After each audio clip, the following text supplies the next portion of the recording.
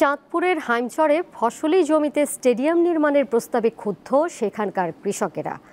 মানুষের জীবিকার কথা চিন্তা করে বিকল্প জায়গা নির্ধারণের দাবি জানিয়েছেন স্থানীয়রা।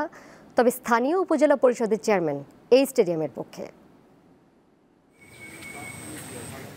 চাঁদপুরের হাইমচরে ২ নং আলগি দুর্গাপুর উত্তর ইউনিয়নের উত্তর আলগি মৌজায় প্রান্তিক কৃষকদের একমাত্র সম্বল এই বিস্তীর্ণ কৃষি জমি। এখানে বছরে ৩ বার ধান, ভুট্টা, সয়াবিন ও কলই চাষ হয়।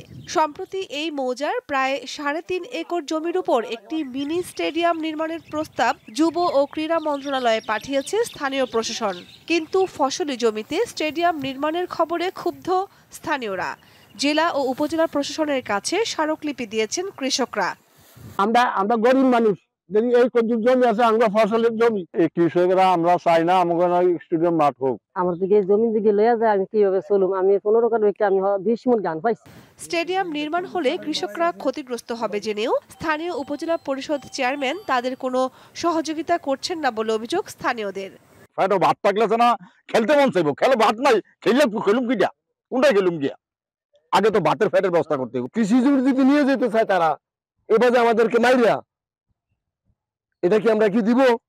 আমরা জনগণকে এটা মানবো না। তো সামান্য কিছু মানুষের যদি ক্ষতি হয় তাহলে সারা হাইমচরবাসী এই ২.৫ লক্ষ মানুষের উপকার হবে। সেজন্য আমাদের এই স্টেডিয়ামটা প্রয়োজন। এদিকে প্রস্তাবিত জমি কৃষিকাজে ব্যবহার হচ্ছে কিনা তা যাচাই করতে তদন্ত কমিটি গঠন করেছে স্থানীয় প্রশাসন। কৃষকদের নিকট থেকে আমরা স্মারকলিপি পেয়েছি, সেখানে কৃষকরা যে এটি কৃষি জমি হিসেবে দাবি করে যে স্মারকলিপি প্রদান করেছেন, সেই প্রেক্ষিতে উপজেলা নির্বাহী অফিসার মহোদয় ৩ সদস্যের একটি কমিটি গঠন করে দিয়েছেন। এই ৩ সদস্যের কমিটির থেকে প্রাপ্ত প্রতিবেদন মোতাবেক আমাদের ঊর্ধ্বতন কর্তৃপক্ষ পরবর্তী সিদ্ধান্ত গ্রহণ করবেন। এই অঞ্চলের কৃষকদের জীবন ও জীবিকার কথা বিবেচনা করে স্টেডিয়ামের জন্য বিকল্প ভূমি নির্ধারণের দাবি স্থানীয়দের।